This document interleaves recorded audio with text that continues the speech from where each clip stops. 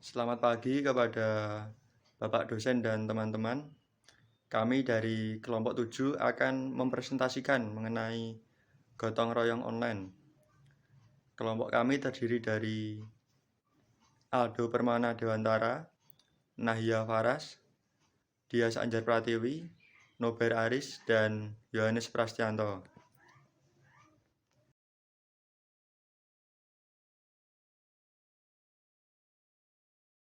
Gotong royong menjadi kepribadian dan karakter dari masyarakat Indonesia.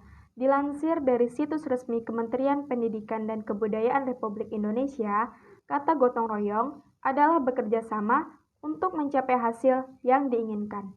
Perilaku gotong royong dapat menyelesaikan pekerjaan dan dinikmati hasilnya bersama-sama secara asil.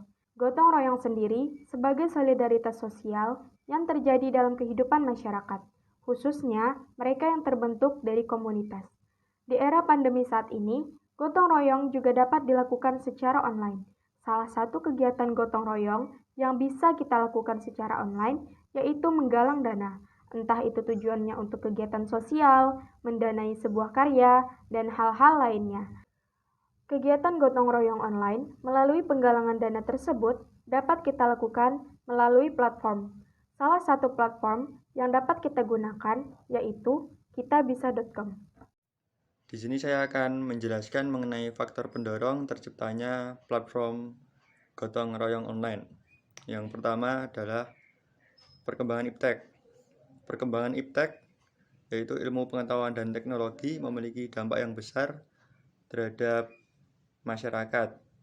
Dampaknya pun semakin berkembang seiring dengan berjalannya waktu.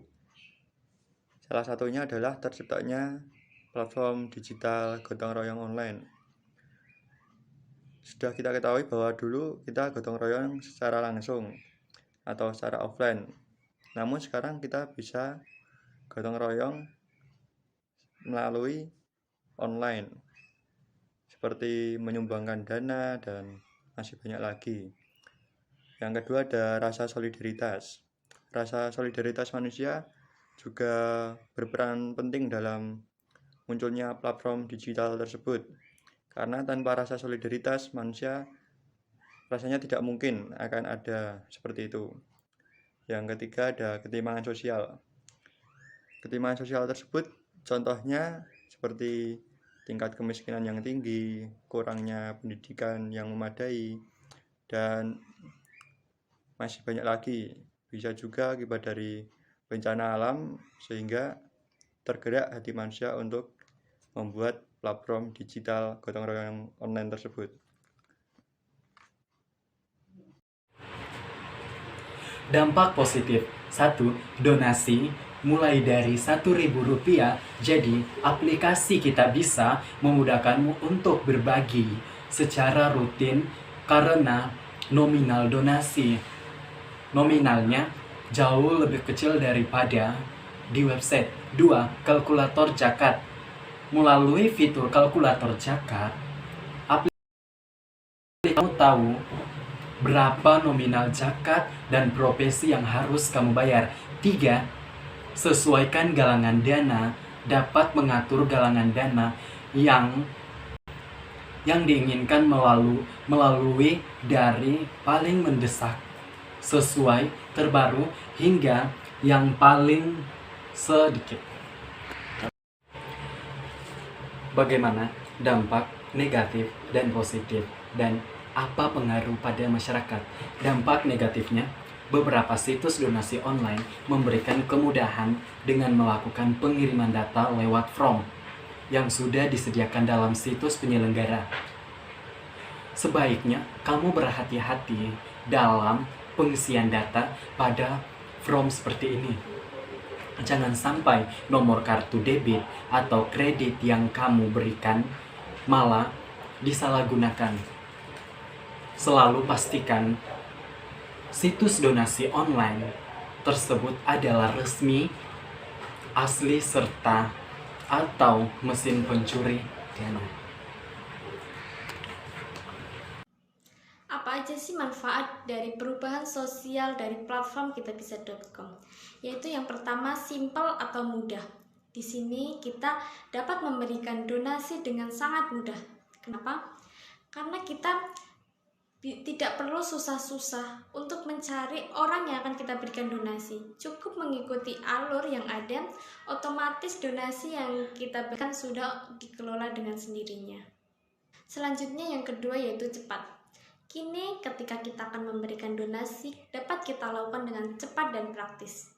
Nah, melalui platform kitabisa.com ini kita dapat memberikan galang dana atau donasi hanya dalam waktu 5 menit saja. Nah, di kitabisa.com ini dapat memberikan deskripsi mengenai latar belakang kita menggalang dana, foto, dan pengisian identitas dengan sangat cepat.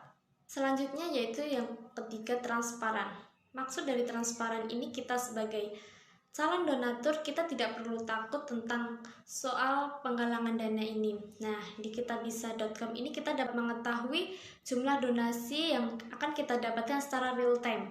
Nah, jadi sehingga untuk calon-calon donatur tahu jumlah donasi yang akan kita dapatkan itu berapa. Selain itu, di sini kita dapat mengetahui batas waktu dari penggalangan dana tersebut.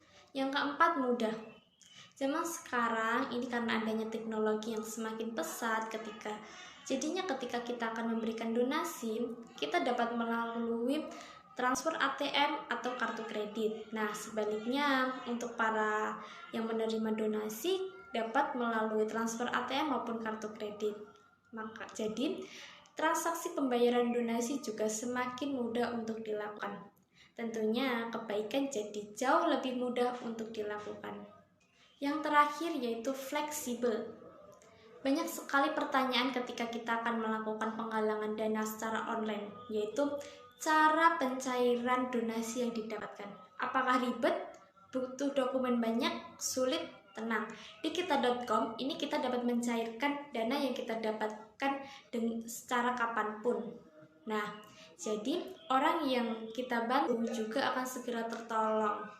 Tips pertama yang harus kita perhatikan sebelum memilih lembaga donasi online yaitu dengan mencari tahu latar belakang lembaga tersebut. Ya, kita dapat melakukannya dengan mengecek tentang profil lembaga tersebut, apakah lembaga tersebut benar-benar mendonasikan uang mereka atau tidak.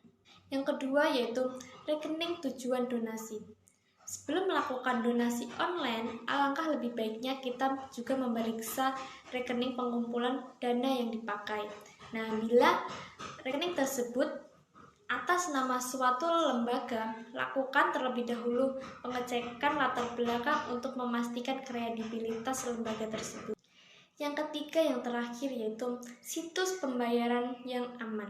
Beberapa situs donasi online memberikan kemudahan kepada kita untuk melakukan pengiriman dana melalui form yang sudah disediakan. Nah, alangkah lebih baiknya kita selalu berhati-hati dalam melakukan pengisian data tersebut.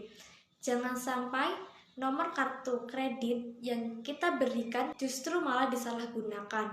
Makanya, kita harus selalu memastikan bahwa situs donasi online tersebut sudah resmi dan asli, serta terbebas dari pencurian data.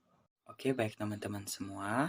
Kesimpulan kami pada materi ini adalah pada era digital saat ini banyak sekali kegiatan yang bisa kita lakukan secara cepat dan mudah. Salah satunya adalah kegiatan gotong royong yang bisa kita lakukan secara online. Kegiatan gotong royong tersebut salah satunya adalah menggalang dana melalui platform digital.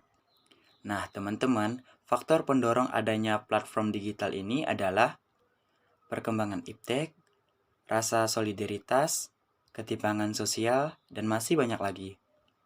Tetapi, hal-hal yang kita lakukan secara online ini pasti ada berdampak positif dan negatifnya, yang bisa membuat kita mendapatkan keuntungan atau sebaliknya kita mendapatkan kerugian yang sangat besar. Nah, dampak positif yang dapat kita ambil sekarang ini adalah kita bisa berkegiatan secara mudah, cepat, dan simple dalam satu aplikasi saja. Seperti berkegiatan donasi, zakat, saling jaga, dan galang dana. Baik, itulah dampak-dampak positifnya. Tapi kita jangan pernah lupa dengan dampak negatifnya ya. Sebenarnya ada banyak dampak negatif yang ditimbulkan sekarang ini yang melalui online. Nah, itulah dampak positif dari kegiatan online tersebut. Baik, kita jangan pernah lupa ya dengan dampak negatifnya. Dampak negatif yang akan terjadi adalah ada saja oknum-oknum yang tidak bertanggung jawab dan menyalahgunakan platform digital ini dengan memberikan akun palsu supaya mereka itu dapat keuntungan yang lebih yang bersifat pribadi. Jadi kita sebagai masyarakat kita harus waspada dan berhati-hati ya. Nah terus ada beberapa manfaat yang ditimbulkan dari platform ini. Nah manfaat yang pertama itu kegiatan kita yang dulu yang menurut kita tuh sulit atau susah itu sekarang bisa dipermudah, simple, cepat, transparan, dan fleksibel secara online. Nah, itu manfaat-manfaat dari platform digital ini. Sekian dari kesimpulan kami, semoga bermanfaat bagi kita semua. Terima kasih. Demikian presentasi dari kelompok kami, semoga dapat bermanfaat untuk kita semua. Apabila ada kesalahan kata, kami mohon maaf yang sebesar-besarnya. Terima kasih.